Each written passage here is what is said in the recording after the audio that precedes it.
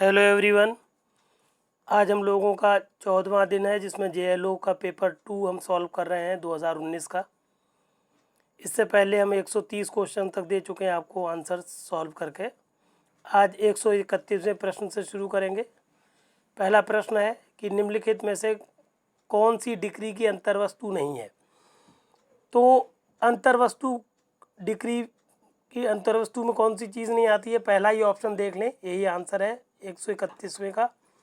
पहला ऑप्शन सही है कि मामले का विस्तृत वर्णन। जो डिक्री दी जाती है न्यायालय द्वारा उसमें मामले का विस्तृत वर्णन नहीं होता है, इसीलिए 131 का पहला ऑप्शन सही है।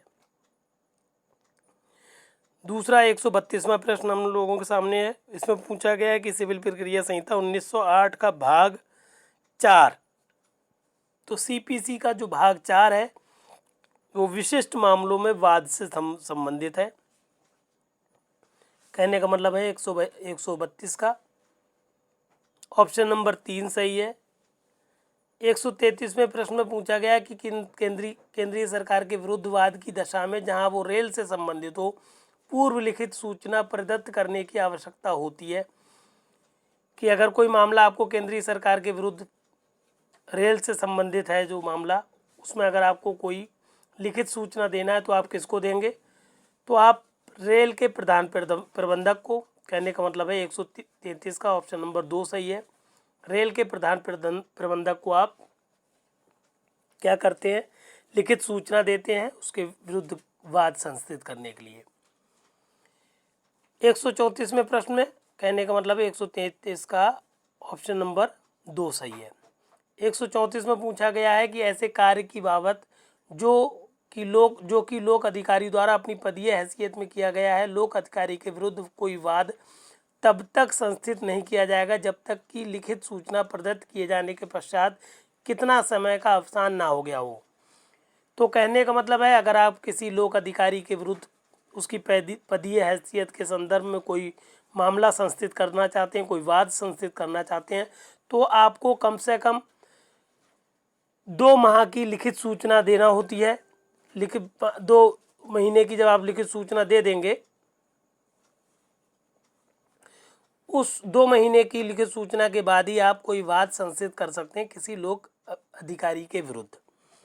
कहने का मतलब हुआ 134वें प्रश्न का ऑप्शन नंबर 2 सही है, 2 माह। हमने अपने उत्तर में लिख दिया है, जैसा कि हम बता चुके हैं। सारा मैटर हम रिटन रूप में आपको देते हैं, सारे प्रश्न जो भी हैं उनको हम लिखित रूप में देंगे। जैसे 134वें प्रश्न को समझ लीजिए कि लोक अधिकारी के विरुद्ध वाद सूचना प्रदत्त किए जाने के 2 माह के अवसान हो जाने पर ही संस्थित किया जा सकता है, अन्यथा नहीं। इस तरह से पूरा मैटर बना के हमने दे दिया है। अगर आप पूरा सीपीसी हमारे मैटर, चूँकि सीपीसी हम पूरी पढ़ा चुके हैं, अगर आपने सीपीसी पढ़ ली है तो आप डायरेक्ट प्रश्न करिए, जिससे आपका रिवीजन होता चला जाएगा। 134वें का ऑप्शन नंबर 2 सही है। फिर 135वें प्रश्न में पूछा गया कि ये बताइए कि सिविल प्रक्रिया संहिता की धारा 25 के अंतर्गत किस न्यायालय को अपील के अंतरण की शक्ति है। तो सीपीसी की धारा 25 में बताया गया है कि कोई भी वाद हो, अपील हो या कोई कार्रवाई हो तो उसको उच्चतम न्यायालय अंतरित कर सकता है, भारत के अंदर किसी भी न्यायालय के अंतर्गत। मतलब एक न्यायालय से दूसरे न्यायालय में धारा 25 सीपीसी के अंतर्गत उच्चतम न्यायालय को शक्ति है कि वो मामले को अंतरित कर सके। कहने का मतलब है 135वें का ऑप्शन नंबर 1 सही है।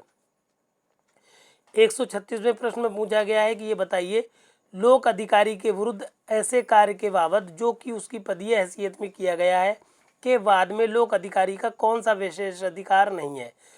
अगर कोई केस, कोई वाद ऐसे संस्थित किया गया है जो पदीय हैसियत से संबंधित है, तो उसका कौन सा विशेष अधिकार नहीं होगा। ये 136वें का प्रश्न का ऑप्शन नंबर 4 सही है कि उसके डिक्री के निष्पादन में उसकी संपत्ति पर कुर्क किए जाने का दायित्व नहीं होगा।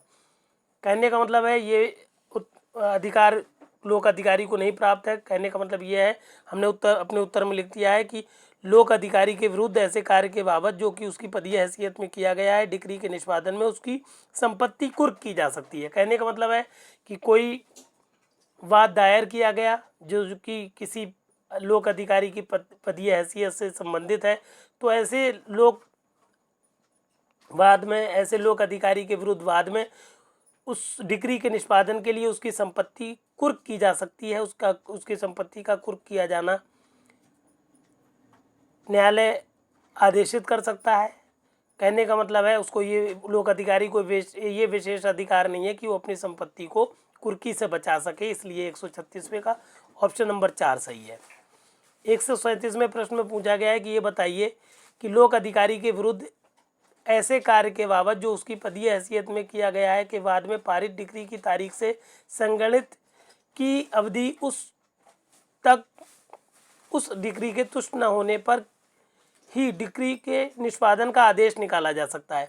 कहने का मतलब है कोई लोक अधिकारी के विरुद्ध कोई वाद किया गया, उसकी पदीय हैसियत से संबंधित कोई वाद किया गया और उस लोक अधिकारी के विरुद्ध डिक्री पारित कर दी गई है, फिर भी अगर उसने डिक्री का निष्पादन नहीं किया है, नहीं करा रहा है लोक अधिकारी, तो कितने समय के पश्चात उस डिक्री को तुष्ट करने के लिए डिक्री के निष्पादन का आदेश निकाला जाएगा। तो 3 मास पश्चात। हमने अपने उत्तर में लिख दिया है कि लोक अधिकारी के विरुद्ध ऐसे कार्य के बाबत जो उसकी पदीय हैसियत में किया गया है, डिक्री के तुष्ट न होने पर 3 मास के बाद ही डिक्री के निष्पादन का आदेश निकाला जा सकता है। कहने का मतलब है कि अगर पदीय हैसियत में कोई वाद दायर हुआ है तो 3 महीने तक डिक्री के निष्पादन का इंतज़ार किया जाएगा और 3 महीने पूरे होने के बाद उसके विरुद्ध क्या किया जाएगा, डिक्री के निष्पादन का आदेश निकाला जाएगा। कहने का मतलब 137वें प्रश्न का ऑप्शन नंबर 3 सही है। फिर आ जाइए आप 138वें प्रश्न में। आपसे पूछा गया कि अत्यावश्यक या तुरंत अनुतोष प्राप्त करने के लिए सरकार के विरुद्ध या लोक अधिकारी के विरुद्ध ऐसे कार्य के बाबत जो कि उसकी पदीय हैसियत में किया गया है कि बाद में यदि न्यायालय पक्षकारों की सुनवाई के बाद संतुष्ट हो जाए कि अत्यावश्यक या तुरंत अनुतोष देने की आवश्यकता नहीं है, तो न्यायालय क्या करेगा। बहुत इंपॉर्टेंट प्रश्न है। कभी कभी मामला ऐसा आता है न्यायालय के समक्ष कि न्यायालय को लगता है कि बहुत ज़्यादा ज़रूरी नहीं है कि मामले को तुरंत सॉल्व किया जाए, उसका तुरंत अनुतोष प्रदान किया जाए। तो ऐसे मामले में क्या करता है न्यायालय, ऑप्शन नंबर 4 के अनुसार ऑप्शन नंबर 3 के अनुसार वाद पत्र वापस कर देगा कि अपेक्षाओं का पालन करने के पश्चात प्रस्तुत किया जाए। कहने का मतलब है जो अर्जेंट मामले होते हैं उनमें अगर न्यायालय को लगता है कि अर्जेंट मामला नहीं है तो वो ऑप्शन नंबर 3 के अनुसार वाद पत्र को वापस कर देगा और कहेगा कि आप अपेक्षाओं का पूरा करने के बाद अब इस बात को बाद में प्रस्तुत करिए। कहने का मतलब है 138वें प्रश्न का ऑप्शन नंबर 3 सही है।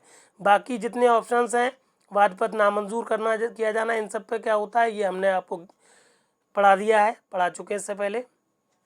फिर 139वें प्रश्न पर आ जाइए। 139वें प्रश्न में पूछा गया है कि सिविल प्रक्रिया संहिता 1908 का आदेश 27 सरकार किससे संबंधित है। तो आदेश 27 जो है CPC का, वो सरकार द्वारा या उसके विरुद्ध या अपनी पदीय हैसियत में लोक अधिकारियों द्वारा या उनके विरुद्ध किए गए वाद से संबंधित होता है। कहने का मतलब है कोई भी वाद अगर आपको सरकार के विरुद्ध या सरकार कोई किसी के विरुद्ध दायर करना चाहे या किसी लोक अधिकारी के विरुद्ध आप वाद दायर कर रहे हैं तो वो सारे के सारे मामले आदेश 27 CPC के अंतर्गत आएंगे। कहने का मतलब है 139वें का ऑप्शन संख्या 1 सही है। 138वें प्रश्न की ऑप्शन संख्या 2 सही थी। नहीं 138 का ऑप्शन नंबर 3 सही था, बता चुके, हम एक्सप्लेन कर चुके। आखिरी प्रश्न 140वां प्रश्न आपके सामने है। आपसे पूछा गया कि ये बताइए कि निम्नलिखित में से किस आधार पर न्यायालय वाद पत्र को लौटा देगा। तो अगर न्यायालय को लगता है, पहले तो देख लीजिए 144वें प्रश्न का ऑप्शन नंबर 4 सही है।